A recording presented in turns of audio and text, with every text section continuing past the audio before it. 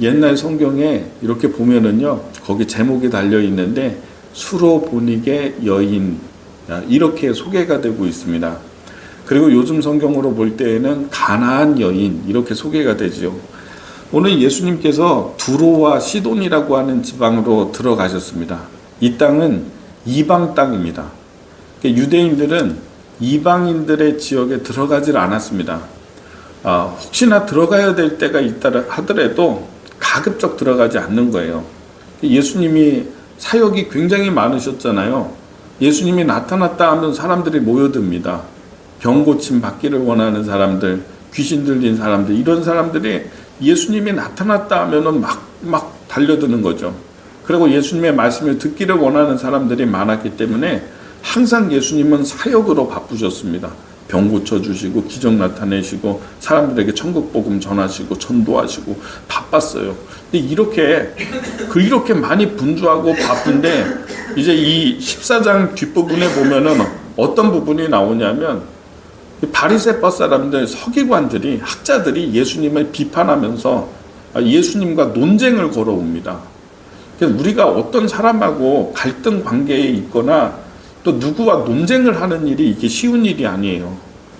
뭐 예수님 비난하니까 당신 잘못됐다고 막 비난하고 하는데 예수님이 그 사람들을 다 이제 응대를 해주셨거든요. 근데 이거는 사실 우리도 경험이 있지만은 자꾸 누군가가 나 비판하고 나에게 말싸움 걸어오면 이거 상대하는 거 어려운 일이잖아요. 이거 한참을 그렇게 또 예수님이 그 사람들, 바리새파 사람들, 서기관들, 이 사람들과 함께 대화 나누시고 논쟁하셨거든요. 그러고 난 다음에 얼마나 피곤하고 지치겠습니까? 이미 많은 그런 사역을 하시고 고단하고 예수님과 함께 했던 제자들도 다 피곤하고 한데 논쟁까지 했잖아요. 그러니 얼마나 고단하시겠어요. 근데 예수님이 나타났다고만 하면 사람들 또 모여드니까 이제는 어디로 가냐? 예수님이 두로와 시돈이라고 하는 지역으로 들어가 버리신 겁니다. 왜 그러냐? 두로와 시돈 땅으로 들어가면은 유대인들이 이방 땅이니까 안 들어가. 그렇죠? 사람들이 딱 그냥 자기 땅에 멈춰서 그냥 이렇게 들어가지 못하는 거죠. 예수님이 모처럼 제자들과 함께 저녁 식사를 편안하게, 사람들 쫓아오는 사람도 없고 편안하게 식사를 하는데 한 여자가 예수님을 찾아온 겁니다. 그 사람이 누구냐? 수로보니게 여인입니다. 가나안 사람이에요. 이 사람이 예수님께 나와서 다윗의 자손이요, 나를 불쌍히 여겨주십시오 소리를 지릅니다. 이 여자가요. 자, 우리 말씀을 좀 보겠습니다. 21절입니다. 21절에 예수께서 거기서 나가사 두로와 시돈 지방에 들어가시니 가나안 여자 하나가 그 지경에 나와서 소리질러 이르되 주 다윗의 자손이여 나를 불쌍히 여기소서 내 딸이 흉악하게 귀신 들렸나이다 하되. 이 여자는 이방 여자이고요, 이방 사람이고 특별히 이 두로와 시돈 사람들을 유대인들은 아주 싫어했습니다. 근데 이 가나안 여자가 예수님의 식사를 방해하고 있는 건데 다윗의 자손 예수여 나를 불쌍히 여겨주십시오. 내 딸이 흉악한 귀신에 들렸습니다. 이렇게 얘기합니다. 요즘은 좀 덜한데 요즘은 거의 못 보는 것 같아요. 근데 예전에는요, 시골에 살았으면 귀신 들린 사람 한두 명쯤은 있었어요. 우리 마을에 없었어도 옆 마을에 있거나 이런 일이 많았어요. 특별히 남자보다는 여자들이 귀신 많이 들렸거든요.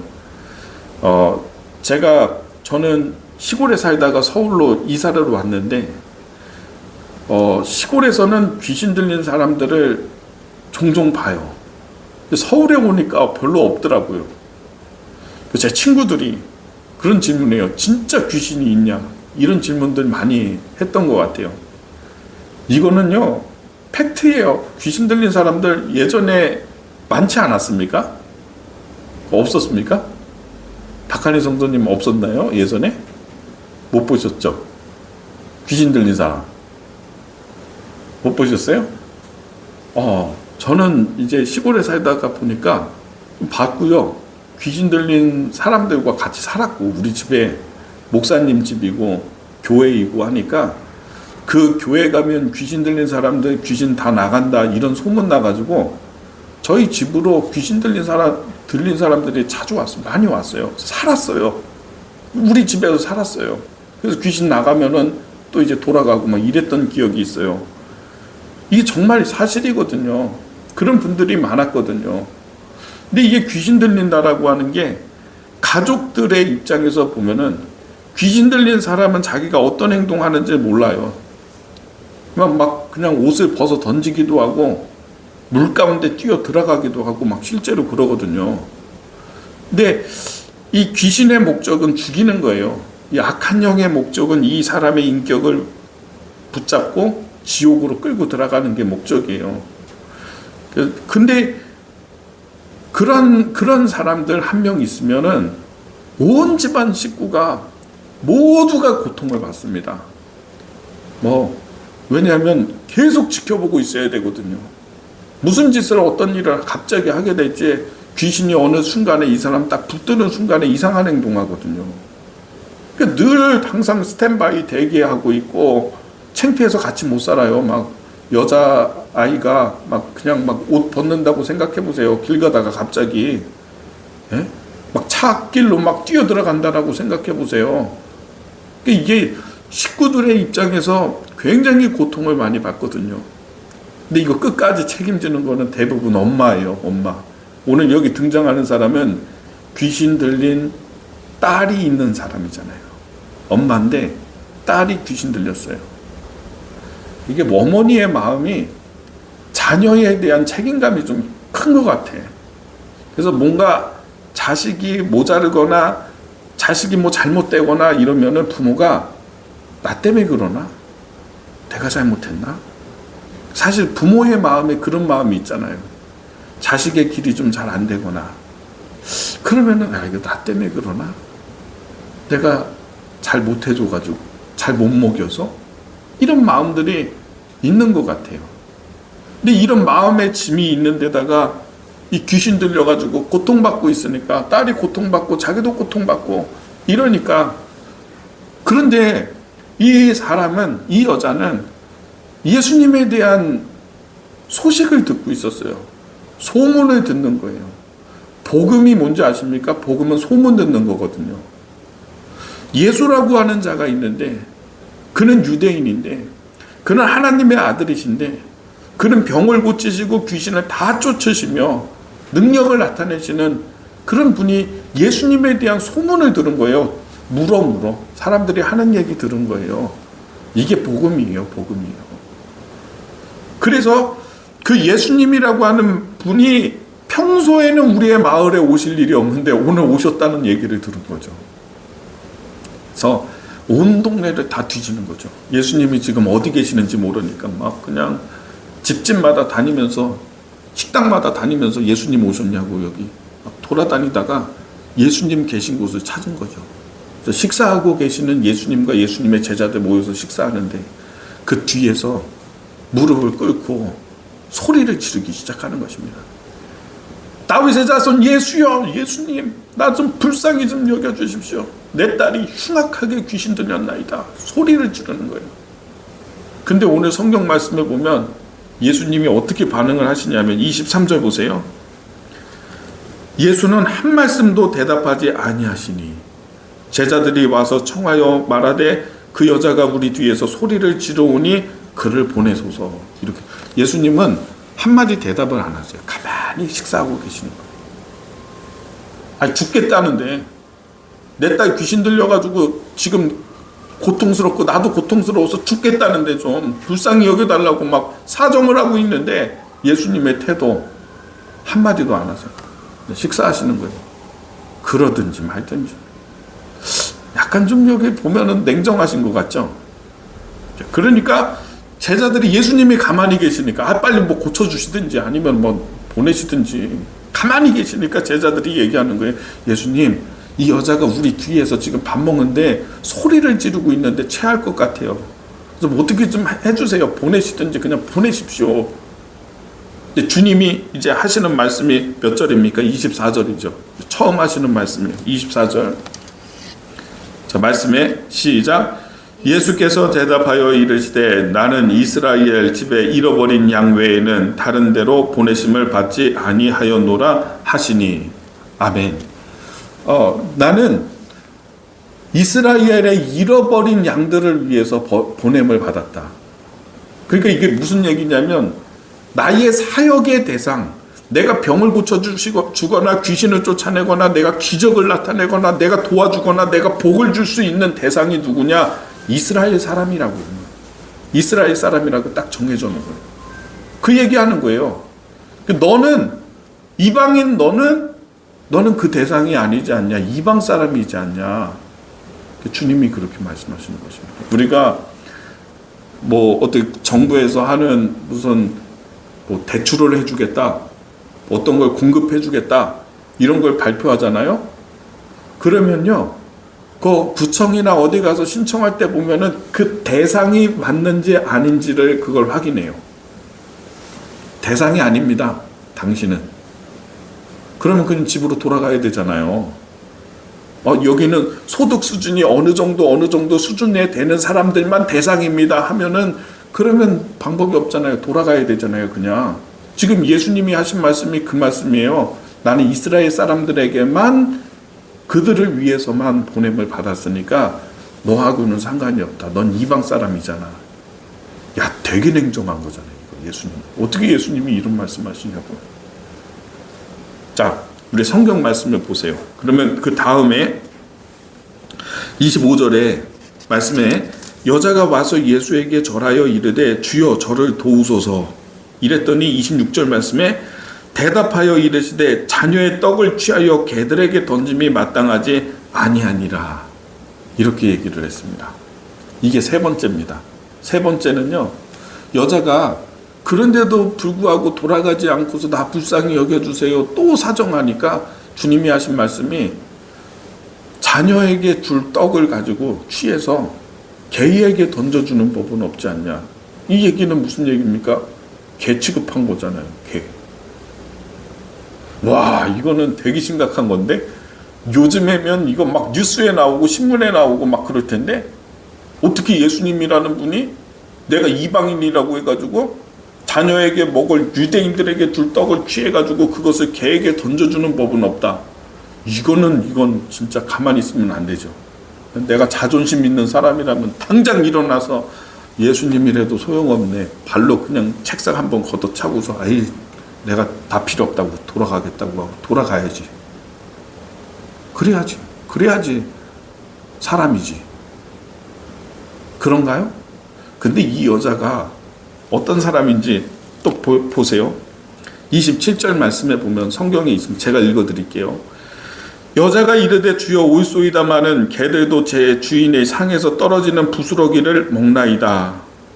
28절에 이에 예수께서 대답하여 이르시되 여자여 내 믿음이 크도다 내 소원대로 되리라 하시니 그때부터 그 딸이 나으니라. 아멘. 저는요 이 여자가 자존심이 없어서 그러는 게 아니라고 생각이 들어요. 이 여자는요 개에게 던져주는 법이 없어 개 취급을 딱 당했잖아요. 그랬더니 이 여자가 하는 이야기가 뭐냐면 그렇습니까? 예수님 나에게 개 취급했습니까? 그렇다면 주인 노릇할 거면 똑바로 하십시오. 당시에는요 이 문화가 주인이 식사를 하면은 개들 뭐 밥 따로 챙겨주고 이런 게 없어요. 주인의 식탁에서 빵 같은 거 있으면 찢어가지고 던져주는 거예요. 그러면은 그거 먹고 주인의 식탁에서 떨어진 빵 부스러기 개들이 먹잖아요. 이 여자 물러나지 않고 나를 그렇게 했다고 한다면 당신은 주인 노릇 해야 될 거 아닙니까? 주인 노릇 하세요. 개들도 주인의 식탁에서 떨어뜨려서 그거 먹고 사는 게 그게 주인 노릇인데, 그게 주인의 의무인데, 그렇다면 당신은 나에게 그렇게 가라고 할 게 아니라 부스러기라도 떨어뜨려 줘야지. 그게 주인 노릇이지. 이 여자는요 오히려 자존심이 대단히 강한 자존감이 있는 거예요. 나 상관없다고 그런 거. 난 그런 거 뭐 상관없다고 내 딸의 문제가 해결되는 게 중요하지.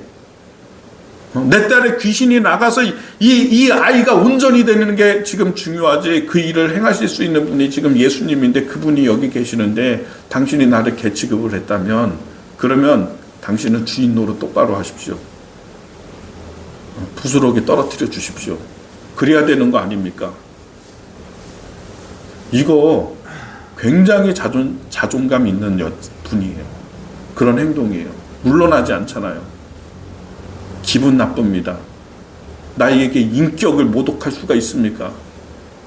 인격 모독과 내가 분노 나타내서 그냥 이렇게 한번 탁 그냥 불질러 놓고 자존심 지킨다고 하고 난 다음에 집에 돌아갔더니 귀신 들린 딸이 계속해서 고통받는 모습을 내가 보는 거, 이게 중요한 겁니까?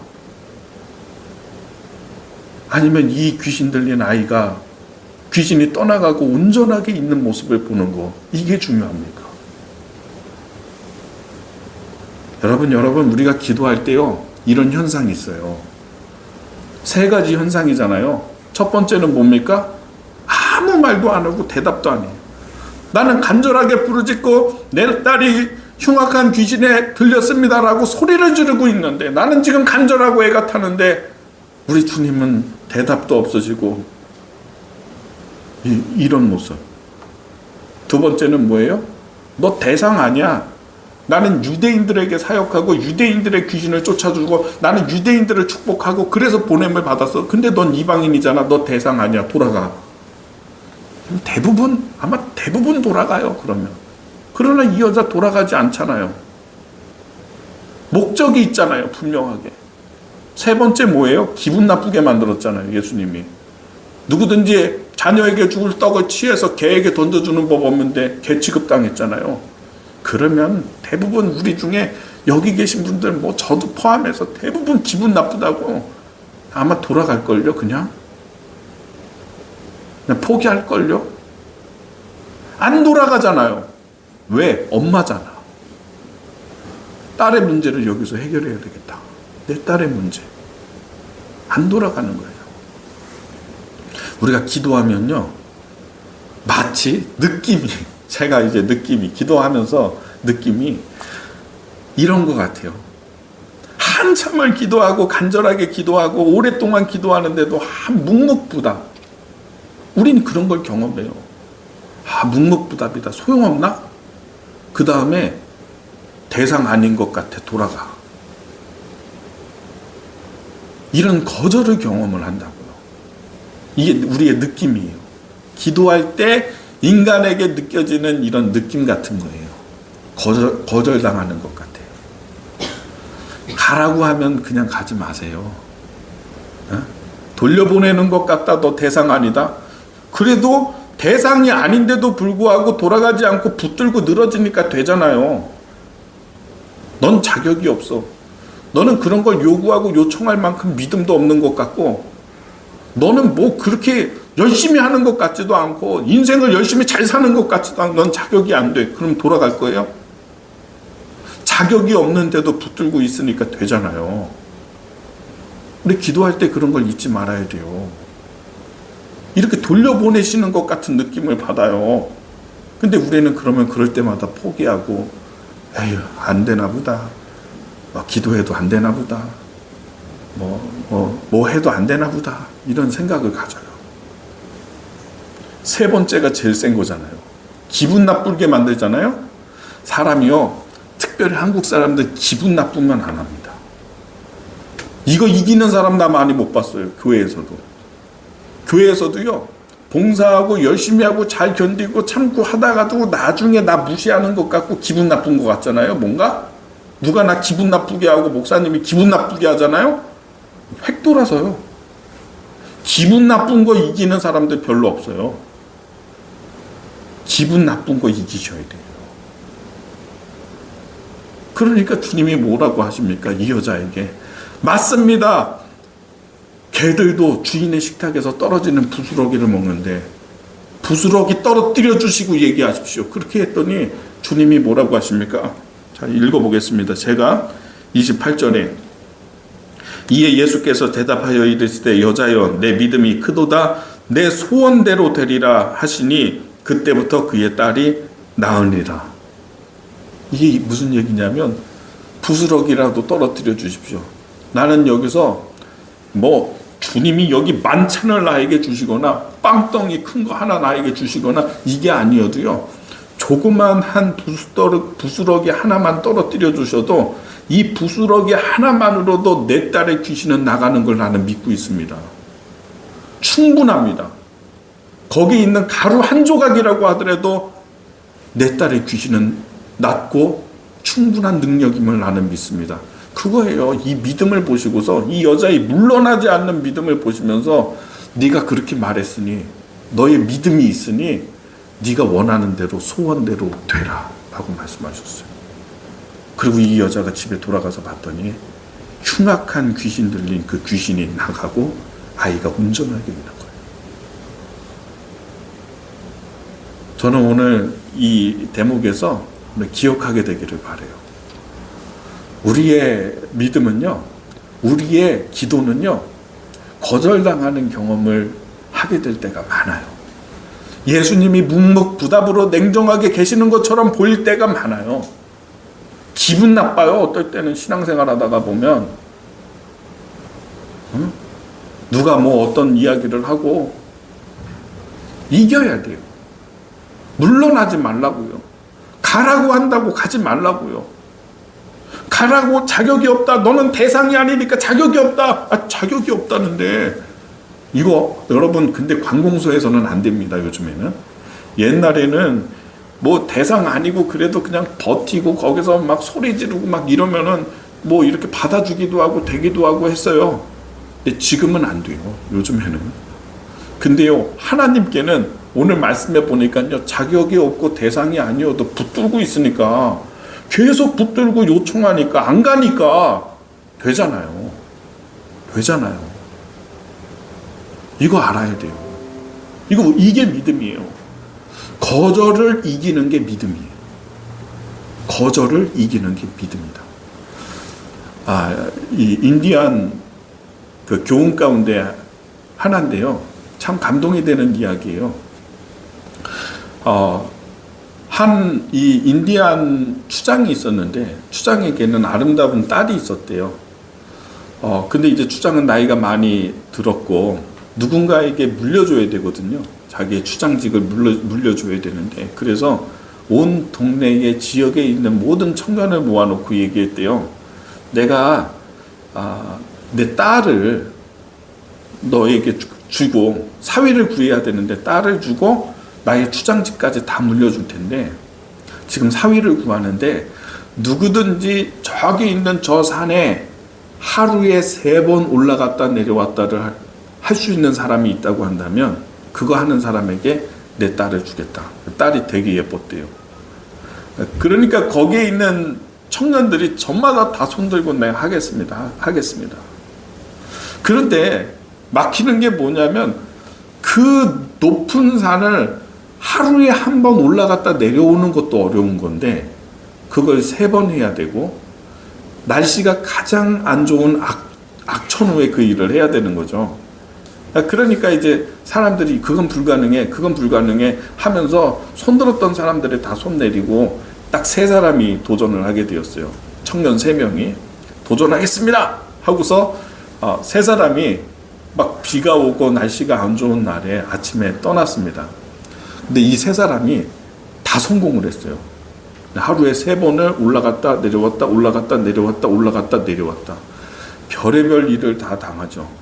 체력이 떨어지니까 낭떠러지에서 떨어질 뻔함도 하고 가시던 불에 찔리기도 하고 피를 흘리고 사고를 당하고 그러나 겨우겨우 그 일을 해냅니다. 마지막에는 너무 힘이 드니까 무릎으로 기어서 내려왔대요.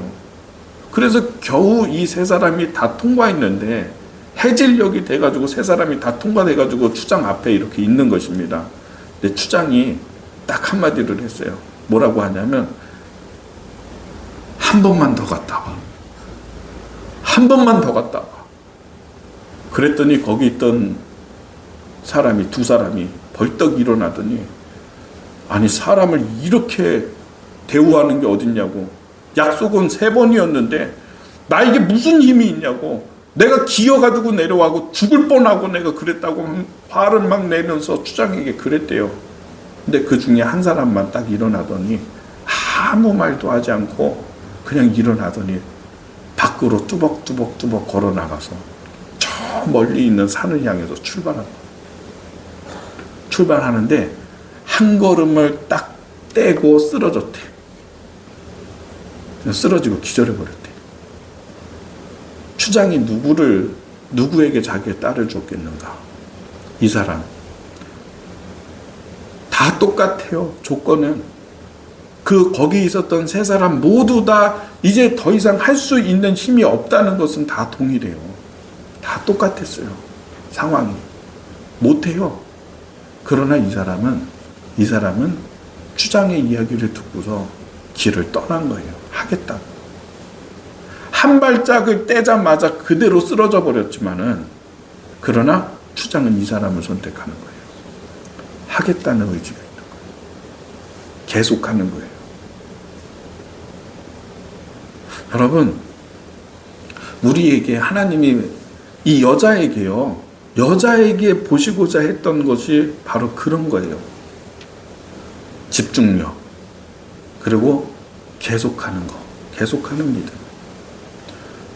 한 번 하고 물러나고 2번까지만 하고 멈추고 포기하는 게 아니라 계속하는 거예요. 계속하는 거예요. 만약에 3번째까지 거절했으면 이 여자가 어떻게 했을까요? 돌아갔을 것 같아요? 안 돌아가요. 이런 사람들은. 집에 가면 내 딸 귀신 들려 있는데 안 간다고요. 그걸 아시고서 주님이 그 마음을 보시고 그 믿음을 보시고 내 소원대로 되라. 주님이 말씀하시잖아요. 그런 거 보는 거예요. 하나님이 우리 안에서 찾으시는 믿음은요, 거절을 이기는 믿음이고요, 계속하는 믿음을 하나님께서는 보시는 것입니다. 우리는 항상 이런 게 있습니다. 내가 2번까지는 참는데 3번째는 못 참아. 그렇죠? 우리의 이 인내에는요, 이 한계가 있어요. 내가 이제 지금 3번 참았는데 4번은 못 참아. 이거잖아요. 근데 믿음은 그게 아니라고요. 믿음은 그 다음이 또 있는 거예요.